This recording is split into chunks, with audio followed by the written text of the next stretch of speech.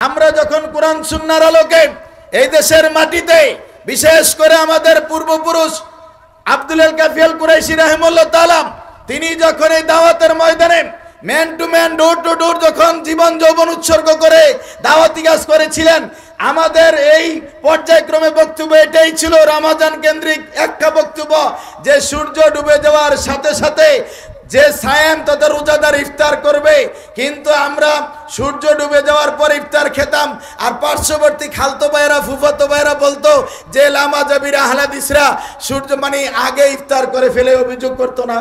কিন্তু আলহামদুলিল্লাহ এই বছর বাংলাদেশ সরকার ইসলামিক ফাউন্ডেশনের আপনার এই ইফতারের সময়সূচি আর আহলাদিসদের সময়সূচি এক হয়ে গিয়েছে। তাহলে দীর্ঘদিনের বক্তব্য দাওয়াত ও তাবলীগের মেহনত কাজে লেগেছে কিনা বলেন আলহামদুলিল্লাহ, লিল্লাহে তাকবীর। না রে ভাই, এত মানুষ উপস্থিতি, লিল্লাহে তাকবীরের অবস্থা এমন কেন? লিল্লাহে তাকবীরের সাথে আপনাদের কোনো মামলা মোকদ্দমা আছে মনে হয়? তাহলে কোনো শত্রুতামি আছে না? আল্লাহ নাম নিলে পুলিশে ধরে নিয়ে যাবে?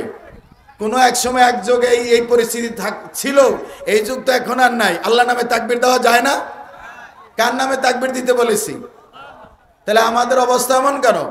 সম্মানিত উপস্থিতি, যদি আবার ওই সকল একদল আলেম এইটা নিয়ে আবার কিন্তু আন্দোলন করতেছে, লিফলেট বিতরণ করতেছে, এরাও নিজেদেরকে আলেম বলে, যারা বাংলাদেশের ব্রাহ্মণবাড়িয়া বা চট্টগ্রাম ডিস্ট্রিক্টের গরম সিন্নি আর ঠান্ডা সিন্নি কিছু আছে, এটা কি জানেন? মানে ওই সুন্নি দাবি করে, আমি তাদেরকে গরম সিন্নি আর ঠান্ডা সিন্নি বলি, কারণ সিন্নি পাইলে ওরা ঠান্ডা হয়ে যায়। ওদের মতন কিছু ব্যক্তি বলছে যে আমরা হজ উমরায় গেলে কাবার ইমামের পিছনে সালাত আদায় করি না, কেন? ওরা লামাজাবি, এরা ওহাবি, এরা সুন্নি না, এদের পিছে আমরা সালাত আদায় করি না। ইন্না লিল্লাহি আস্তাগফিরুল্লাহ। আপনি অবাক হয়ে যাবেন, এটা কারোর বিরুদ্ধে আমরা বলছি না, এদের বক্তব্যগুলি অনলাইনে আছে, দেখেন। এরাই নিজে প্রকাশ্যে বলছে যে এই ওহাবিদের পিছে আমরা সালাত আদায় করি না। দেখেন, আল্লাহ যদি ভাগ্যে হেদায়েত না রাখে, আল্লাহ নবী শত চেষ্টা করেও চাচা আবু তালিবকে কি কালেমা পড়াইতে পারছে? পারে নাই। তা আমি আপনি তো, আমাদের কাজ হলো বলে দেওয়া, মানা না মানার দায়িত্ব আপনার, আর হেদায়েত দেওয়ার মালিক কে? আর আসতে বলেন কে? ও আপনাদেরকে আসতে বললে জোরে বলেন ইন্না লিল্লাহ, ব্যতিক্রম হিসাব দেখা যায়। সম্মানিত উপস্থিতি, বলছিলাম কোরআন সুন্নাহর আলোকে আহলে হাদিসদেরকে, সালাফিদেরকে ওহাবি বলেন আর লামাহজাবি বলেন আর যাই বলেন, আমাদের বক্তব্যগুলি জুমার খুতবা, এজিকে ফাউন্ডেশনের আলোচনা, আমাদের প্রত্যেক আলোচক বৃন্দের আলোচনা, খুতবা, হালাকার প্রোগ্রামগুলি সাথে সাথে লাইভ দেওয়া হয়, অনলাইনে প্রচার করা হয়। বেদাতি সুকুল আলেমদের সাহস থাকলে একটা জুমার খুতবা প্রচার করেন, 10 মিনিটের মধ্যে জাতীয় নাংটা করে ছেড়ে দিবে। আপনাদের এই কিসসা কাহিনী খায় না, কিসসা কাহিনীর দিন শেষ, কোরআন হাদিসের বাংলাদেশ। কিসসা কাহিনীর দিন শেষ, কোরআন হাদিসের বাংলাদেশ। পীর মুরিদের দিন শেষ, কোরআন হাদিসের বাংলাদেশ। সেই দিন বেশি দূরে নয়, আজ হোক আর কাল হোক, পৃথিবীর জমিনে তাওহীদের পতাকা উড়বেই উড়বে ইনশাআল্লাহ। তাওহীদের দাওয়াত বাংলাদেশ ব্যাপী নয়, কারণ কোরআন পৃথিবী ব্যাপী, কোরআন পৃথিবী ব্যাপী, হাদিস পৃথিবী ব্যাপী, নবী এসেছেন পৃথিবী ব্যাপী। সেই জন্য আপনাদেরকে আমরা বলবো, কোরআন সুন্নাহর আলোকে হাসরের মাঠের যে ভয়াবহ চিত্রটা আমরা সংক্ষিপ্ত সময় দেখানোর জন্যই আপনাকে ওই দিকে একটু ডাইভার্ট করেছিলাম।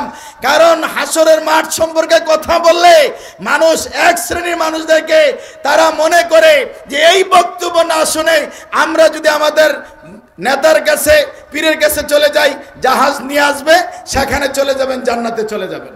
অথচ দেখেন সহিহ বুখারীতে প্রথম খণ্ড হাদিস নাম্বার 627 আল্লাহ নবী সাল্লাল্লাহু আলাইহি সাল্লাম কি ঘোষণা করছেন? আম্মা জান আয়েশা হাদিস বর্ণনা করছেন, আন আয়েশা রাদিয়াল্লাহু আনহা قالت قال রাসূলুল্লাহ সাল্লাল্লাহু আলাইহি সাল্লাম তুশারুনা উফাতান উরাতান গুরলান। আল্লাহর নবী বলছেন, আম্মা জান আয়েশা সিদ্দিকা হাদিস বর্ণনা করছেন, হাসরের মাঠের পরিস্থিতিটা কেমন হবে? আল্লাহ নবী বলছেন, মানুষের অবস্থাটা কি হবে? তুশারুনা উফাতান উরাতান গুরলান, পৃথিবীবাসী মানুষের পরনে কাপড় থাকবে না, পায়ে জুতা থাকবে না। পরিস্থিতিটা কত ভয়াবহ হবে। হাসরের মাঠে মানুষের পরনে কাপড় থাকবে না, পায়ে জুতা থাকবে না, এবং কি মুসলিম ছেলেদের যেই ছোটবেলায় সুন্নতে খাতনা করানো হয়, এই সুন্নতে খাতনার কোনো চিহ্ন থাকবে না। আপনাকে নবী বলছেন যে হাসরের মাঠের ভয়াবহ পরিস্থিতির কারণে মানুষ অস্থির হয়ে যাবে। মানুষ খালি নিজে বাঁচার জন্য যেই হিসাবটা শুরু হবে, শুধু সাধারণ মানুষ নয়, সেখানে নবী রাসূল পর্যন্ত ইয়া নাফসি বলে মানে অস্থির হয়ে থাকবে। আর সেখানে আমাকে বলছে, আপনাকে বলছে যে সেখানে অমুক হুজুরের মুরিদ হলে আপনার আর কোনো টেনশন করা লাগবে না। সেই মুরিদ কি কম আছে? মুরিদ তো কম নেই, কারণ জাহাজ তো অনেক বড়। কিন্তু একটা মানুষ ভাবে না, ধরেন সাহারা মরুভূমিতে পানি নেই, শুধু বালি আর বালি, সেখানে জাহাজ দিয়ে কি করবে? ওইটার কোনো কাজ আছে? তা হাসরের মাঠ যদি সেখানে যদি পানি না থাকে, আপনার জাহাজটা ডুববে কিভাবে? যেখানে নবী রাসূল পর্যন্ত ইয়া নাফসি বলবে, সেখানে আমাকে আপনাকে, আরে চোর যদি কিছু চুরি করে তাহলে সামান্য সম্পদ চুরি করে, আর তথাকথিত এই পীর সাহেবেরা আপনার ঈমানও চুরি করছে, সম্পদও চুরি করছে। সম্মানিত উপস্থিতি, আল্লাহ রাসূল সাল্লাল্লাহু আলাইহি সাল্লাম সহিহ বুখারীর 3349 নম্বরে একটা হাদিস ঘোষণা করেছেন, হাসরের ময়দানে মানুষগুলির যেই পরনে কাপড় থাকবে না, পায়ে জুতা থাকবে না, সুন্নতে খাতনার চিহ্ন থাকবে না, কিন্তু আল্লাহ নবী বলছেন বাবা ইব্রাহিম আলাইহিস সালামকে সর্বপ্রথম আল্লাহ রাব্বুল আলামিন কাপড় পরিধান করাবেন। আলহামদুলিল্লাহ। কাকে কাপড় পরিধান করাবেন? বাবা ইব্রাহিম আলাইহিস সালামকে। এই হাদিসের পরে আপনি ওই প্রথম হাদিসটার শেষের অংশ দেখেন, আল্লাহ রাসূল যখন বলছিলেন, আম্মা জান আয়েশাও ছিলেন, সেই আম্মা জান আয়েশা বলছেন রাসূলুল্লাহ, আপনি যে বলছেন হাসরের ময়দানে যে মানুষের পরনে কাপড় থাকবে না, পায়ে জুতা থাকবে না, সুন্নতে খাতনার চিহ্ন থাকবে না, এই কোটি কোটি মানুষের সামনে একজন আরেকজনের দিকে তাকাবে না, এটাই তো স্বাভাবিক। আমরা তো এই চিন্তা করি যে এটা কি করে সম্ভব, কিন্তু আল্লাহ নবীকে জিজ্ঞাসা করলে আল্লাহ নবী বলছেন, আয়েশা তুমি যা মনে করেছো তা নয়, সেই বিচারের দিবস, বিভীষিকাময় পরিবেশ পরিস্থিতি, সেই সময়টা এমন হবে মানুষ একজন আরেকজনের দিকে তাকানোর মতন কোনো অনুভূতি পাবে না, সেই রকম কোনো পরিস্থিতি তৈরি হবে না। কারণ আল্লাহ সুবহানাহু ওয়া তাআলা এই বিচারের মাঠে তিনি যেই আহকামুল হাকিমিন, তিনি যেই বিচার ফয়সালা করবেন, মানুষ ভয়ে অস্থির হয়ে যাবে যে হাসরের মাঠের যে ভয়াবহ পরিস্থিতি হবে। তাই তো নবী সাল্লাল্লাহু আলাইহি সাল্লাম তিনি অন্য হাদিসে ঘোষণা করেছেন, অবাক হয়ে যাবেন যে মানুষ দুনিয়াতে যখন টেনশনে পড়ে, প্রেসার বেড়ে যায়, বা অন্য কোনো কারণে যখন শরীর ঘেমে যায়, বড়জোর তার গেঞ্জি ভিজে যায়, জামা ভিজে, মাথার ঘাম হয়তো পায়ে পড়তে পারে, কিন্তু আল্লাহ নবী বলছেন যে হাসরের ময়দানে এই বিচার দিবসের পরিস্থিতি দেখে মানুষের শরীর থেকে যে ঘাম বের হবে, এই ঘামগুলি 70 হাত মাটির নিচ পর্যন্ত পৌঁছে যাবে। আল্লাহু আকবার। অন্য হাদিসে এসেছে যে গর্তের মাঝে পানি জমে যাবে। তাহলে চিন্তা করেন, শরীর থেকে এই টেনশনে, এই ভয়াবহ পরিস্থিতি দেখে শরীর থেকে কি পরিমাণ ঘাম বের হবে, সেই দিনে আজে বাজে চিন্তা করার কোনো সুযোগ নেই। সম্মানিত উপস্থিতি, সহিহ মুসলিমের 2842 নম্বর হাদিস, জামে তিরমিজির 2573 নম্বর হাদিসটি শুনলে আরো অবাক হয়ে যাবেন। নবী সাল্লাল্লাহু আলাইহি সাল্লাম ঘোষণা করেছেন হাসরের মাঠে ভয়াবহ পরিস্থিতি উপলক্ষে, আর ইবনে মাসউদ রাদিয়াল্লাহু আনহু قال قال رسول الله صلى الله عليه وسلم ইউতি বি জাহান্নাম ইয়াউমাইযিন লাহা 70,000 জিমাম। সেই দিন জাহান্নামকে 70,000 শিকল লাগিয়ে জাহান্নামকে হাসরের মাঠে হাজির করা হবে, টেনে নেওয়া হবে। কত হাজার? 70,000। প্রতি শিকলে ফেরেশতা থাকবে 70,000। 70,000 লাগাম লাগিয়ে জাহান্নামকে টেনে আনা হবে। প্রতি লাগামে, প্রতি শিকলে থাকবে 70,000 ফেরেশতা। তারপরও জাহান্নাম তার তর্জন গর্জন এমন করবে, পরিবেশ পরিস্থিতিরা কত জটিল ও কঠিন হবে। আল্লাহ নবীর হাদিসটা থেকে সহজে বোঝা যায় যে জাহান্নামকে 70,000 শিকল লাগিয়ে হাসরের মাঠে আনা হবে। প্রতিটা শিকলে 70,000 করে ফেরেশতা থাকবে। আল্লাহু আকবার। সেই জাহান্নাম আমার আপনার জন্য তৈরি করা। যদি কেউ কোরআন সুন্নাহর আলোকে নিজের জীবন সাজাতে পারে, তার আমল আখলাক ঈমান আকীদা সাজাতে পারে, তাহলে অবশ্যই সে আল্লাহ সুবহানাহু ওয়া তাআলার ছায়াতলে, আরশের ছায়া, রহমতের ছায়াতলে নিরাপত্তা পাবে। আর যদি সে ভালো কাজ করতে না পারে, তাহলে অবশ্যই এই ভয়াবহ যেই চিত্র দাঁড়াবে, এই ভয়াবহতার শিকার হয়ে যাবে। সেখানে কষ্টে এবং দুঃখ, কষ্ট কি জিনিস ভাষায় প্রকাশ করা যাবে না। সম্মানিত উপস্থিতি, রাসূল সাল্লাল্লাহু আলাইহি সাল্লামের পক্ষ থেকে নবী মুহাম্মদ সাল্লাল্লাহু আলাইহি ওয়াসাল্লাম হাসরের মাঠের চিত্র আরো তুলে ধরেছেন। সহিহ মুসলিম 2864 নম্বর হাদিস, জামিয়া তিরমিজি 2421 নম্বর হাদিসটা পাবেন।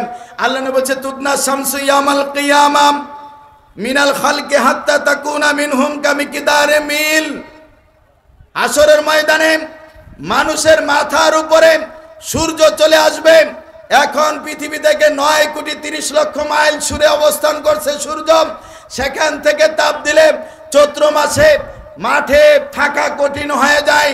প্রায় 8 মিনিট 20 সেকেন্ড সময় লাগে সেখান থেকে আলো আসতে। তারপরও চৈত্র মাসের তাপদায়ে মাঠে কর্ম করা বা থাকা কঠিন হয়ে যায়। আল্লাহ নবী বলছে, মানুষের মাথার নিকটে সূর্য চলে আসবে। কতটুকু দূরত্ব? কামিকদারে মিল, 1 মিল পরিমাণ। এইটার ব্যাখ্যায় মুহাদ্দিসিনে কেরাম বলছেন, হয় 1 মাইল দূরত্ব অথবা সুরমাদানির শলাকা পরিমাণ দূরত্ব। সুরমাদানির শলাকা কয় কিলোমিটার লম্বা? সুরমাদানির শলাকা কত ফুট লম্বা বলেন? সামান্য না? 3 ইঞ্চি। আমার ভাই বলছে 3 ইঞ্চি। যদি 3 ইঞ্চি হয় কামিকদারে মিল, আর অপর অর্থ যদি ধরেন 1 মাইল, ধরে নিলাম মাইলটাই ধরে নিলাম দূরে, 9,30,00,000 মাইল দূরে সূর্য থেকে তাপ দিলে যদি সহ্য না হয়, আপনি কি চিন্তা করতে পারেন যে হয় সুরমাদানির শলাকা পরিমাণ অথবা 1 মাইল দূরত্বে সূর্য যখন তাপ দিবে, আমার আপনার পরিবেশ পরিস্থিতিটা কি হবে? সেই পরিস্থিতিটা হাসরের মাঠের কি হবে? সম্মানিত উপস্থিতি, আমরা দুনিয়াতে পায়ে ভর করে হাঁটি, পায়ের উপরে ভর দিয়ে হাঁটি। রাসূল সাল্লাল্লাহু আলাইহি সাল্লাম বলছেন, সহিহ বুখারীর 4760 নম্বর হাদিস, আল্লাহ নবী সাল্লাল্লাহু আলাইহি সাল্লাম বলছেন, কাফেরদেরকে মুখের উপরে ভর করে সেদিন চালাবেন। মাথা নিচের দিকে নয়, শুধু মুখের উপরে ভর করে চলবে, পা দুইটা উপরের দিকে থাকবে। সাহাবায়ে কেরাম জিজ্ঞাসা করেন, ইয়া রাসূলুল্লাহ, এটা কি সম্ভব? আল্লাহ নবী বলছেন, যে আল্লাহ রাব্বুল আলামিন দুনিয়াতে পায়ের উপরে ভর করে মানুষদেরকে হাঁটাতে সক্ষম, তিনি সেই 2 পায়ে যাদেরকে হাঁটিয়েছেন। কোন সৃষ্টিজীব আছে 2 পায়ে হাঁটে, কোন সৃষ্টিজীব 4 পায়ে হাঁটে, কোন সৃষ্টিজীব আছে পা নেই, গড়িয়ে চলে। আল্লাহ নবী বলছেন, যে আল্লাহ 2 পায়ের উপরে মানুষকে দুনিয়াতে চালিয়েছেন, ওই মানুষকে আল্লাহ মুখের উপরে ভর করে হাসরের মাঠে তাদেরকে হাঁটতে বাধ্য করবেন। ইন্না লিল্লাহ। সম্মানিত উপস্থিতি, দুর্ভাগ্য যেই মানুষটা হাসরের ময়দানের ভয় করে, সেই বিচার দিবসের ভয় করে, যেই বিচার দিবসের মালিক আল্লাহ সুবহানাহু ওয়া তাআলা, মালিক ইয়াউমিদ্দিন, সেই শেষ বিচারের দিবসের মালিক, সেই হাসরের মাঠের ভয়াবহ পরিস্থিতির কথা যে একটু অনুধাবন করে, সে তো কোনোদিন জুলুম করতে পারে না, সে তো সালাত ছেড়ে দিতে পারে না, সে তো আল্লাহর আদেশ লঙ্ঘন করতে পারে না, নবীর অবাধ্য হতে পারে না। পৃথিবীবাসী অবাক হয়ে যাবেন, দুনিয়াতে অনেক রাজা বাদশা আছে, দুনিয়ায় ক্ষমতা পেয়ে হাসরের মাঠের কথা বলে গিয়ে দুনিয়ার রাজত্ব, দুনিয়ার ক্ষমতা, দুনিয়ার রাজা বাদশারা মনে করে আমি এই পৃথিবীর অনেক ক্ষমতাশালী, কথা ঠিক কিনা? তাই তো সহিহ বুখারীর 4812 নম্বর হাদিস প্রমাণ করে আল্লাহ সুবহানাহু ওয়া তাআলা এই পৃথিবীটাকে হাতের মাঝে পেঁচিয়ে নেবেন, আর পরে বলবেন, আইনা মুলকুল আরজ, দুনিয়ার যারা রাজত্ব করত, দুনিয়ার মালিকেরা, রাজা বাদশারা কোথায়? আজকের দিনে কোথায়? দুনিয়ার অনেক রাজা বাদশারা মনে করে আমার চাইতে ক্ষমতাধর কেউ নাই, অনেক কিছু মনে করে। কিন্তু মনে করার পরও কেউ দিনে ভাগে, কেউ রাত্রিতে ভাগে, কেউ রিক্সায় চড়ে, কেউ বোরখা পরে। কথা ঠিক কিনা? মানে সীমা লঙ্ঘন করলে যার যতটুকু সীমা লঙ্ঘন হয়। আচ্ছা বলেন তো, ফেরাউনকে কোথায় মারা হয়েছিল? পানিতে না? জামাই আদর করে মারা হয়েছিল, তাই না? কি করে? পানিতে চুবাইয়া। তো ফেরাউনের পানিতে চুবানো সবাই বক্তব্য করি, আবার বলি শুনি, কিন্তু আপনি কি একবারও ভাবছেন ফেরাউনের মতো আচরণ করলে আমাদের পরিস্থিতি কি হবে? ফেরাউনের বাড়ির ধারে যেমন পানি ছিল, নদী ছিল, আপনার বাড়ির ধারে কি পানি নাই? কথা বুঝেন নাই আমার? আপনার বাড়ির পাশে সেই নদী আছে কিনা, খাল আছে কিনা, সেই স্রোতধারা আছে কিনা? সুতরাং ফেরাউন আল্লাহদ্রোহী কাজ করার কারণে, আল্লাহর বিরোধিতা করার কারণে, আল্লাহর দ্বীনের বিরোধিতা করার কারণে, আল্লাহর প্রেরিত পুরুষ নবী রাসূলদের বিরোধিতা করার কারণে যেই অপরাধে তাকে পানিতে চুবিয়ে মারা হলো। সুতরাং আজকের দিনেও সারা পৃথিবীতে কোনো রাজা, বাদশা, কোনো ব্যক্তি, কোনো শাসক যদি ওইভাবে আল্লাহদ্রোহী কাজ করে, ফেরাউনের পরিস্থিতি যা হয়েছিল, পরিণতি যা হয়েছিল, আজও তাদের পরিণতি তা হবে। কথা ঠিক কিনা? সুতরাং সাবধান, বি কেয়ারফুল। আমাদের সকলে, আমরা কিন্তু ফেরাউনের বক্তব্য দিলে খুশি হই, কিন্তু আমরা যে জুলুম করছি, আল্লাহ নবী যে বলছে জুলমু জুলুমাতু ইয়াউমাল কিয়ামা, জুলুমটা হাশরের ময়দানে অন্ধকার হয়ে দাঁড়াবে, এইটার দিকে কি একবারও খেয়াল করছি? একবারও খেয়াল করেনি। অতএব আমাকে আপনাকে সাবধান হতে হবে, সতর্ক থাকতে হবে। সম্মানিত উপস্থিতি, অবাক হয়ে যাবেন আমরা যারা দুঃখ কষ্ট সহ্য করে তাওহীদের প্রচার প্রসারে, বিশেষ করে হাসরের মাঠকে ভয় করে আমরা যারা ঈমান লালন করে ঈমানের আলোকে চলার চেষ্টা করি, আমরা একটা বিষয় সতর্ক থাকব।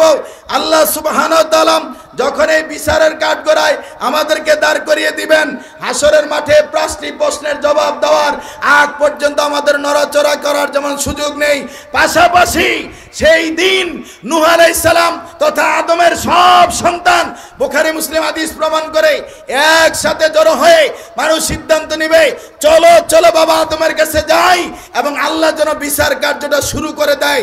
এই ভয়াবহ পরিস্থিতিতে, এই কষ্টে, এই নির্যাতন আমরা আর সহ্য করতে পারছি না। সকল মানুষ একত্রিত হয়ে আদমের কাছে যাবে, গিয়ে বলবে, বাবা আদম, আপনি আমাদের আদি পিতা, আপনাকে আল্লাহ নিজ হাতে বানিয়েছেন, সম্মানিত করেছেন, ফেরেশতা দিয়ে সাজদা করিয়েছেন, অনেক ফজিলত বর্ণনা করে তারপরে বলবে, আল্লাহ আপনাকে জান্নাতে রেখেছেন, আপনি কি দেখেন না আজকের এই পরিস্থিতি, আমরা বিপদে আছি, আপনি সুপারিশ করেন আল্লাহর কাছে। আদম স্বীকার করবে, হ্যাঁ তোমরা আমার সন্তান, তা যা বলেছো ঠিক আছে, কিন্তু আমার কাছে কোনো পাওয়ার নাই, পাওয়ারলেস। কারণ আমি আল্লাহ সুবহানাহু ওয়া তাআলা আমাকে একটা নিষেধ করেছিলেন যে ওয়ালা তাকরাবা হাযি শাজারা ফাতাকুনা মিনাজ জালিমিন, আমাকে নিষেধ করা হয়েছিল গাছের কাছে গেলে আমি জালেমদের অন্তর্ভুক্ত হয়ে যাব, কিন্তু আমি বিপদে আছি, নাফসি নাফসি বলে আদম সন্তান তথা আমাদের সকলকে তাড়িয়ে দিবেন। আমরা যাব নূহের কাছে, তাড়িয়ে দেওয়া হবে, আমরা যাব মুসার কাছে, তাড়িয়ে দেওয়া হবে, বাবা ইব্রাহিমের কাছে গেলে তাড়িয়ে দেওয়া হবে, ঈসা আলাইহিস সালামের কাছে গেলে তাড়িয়ে দেওয়া হবে। অবশেষে ঈসা আলাইহিস সালাম বলবেন, তোমরা যাও, আমার কাছে নয়, নবী মুহাম্মদ সাল্লাল্লাহু আলাইহি সাল্লামের কাছে। আর নবী সাল্লাল্লাহু আলাইহি সাল্লাম তখন মাকামে মাহমুদের কাছে সাজদায় পড়ে ইয়া রাব্বি হাবলি উম্মতি, ইয়া রাব্বি হাবলি উম্মতি বলে কাঁদবেন। আল্লাহ সুবহানাহু ওয়া তাআলা তখন ডেকে বলবেন, ইয়া মুহাম্মদ ইরফা রাসাকা সালতুতা ওয়াসফিতু সাফা, আল্লাহু আকবার।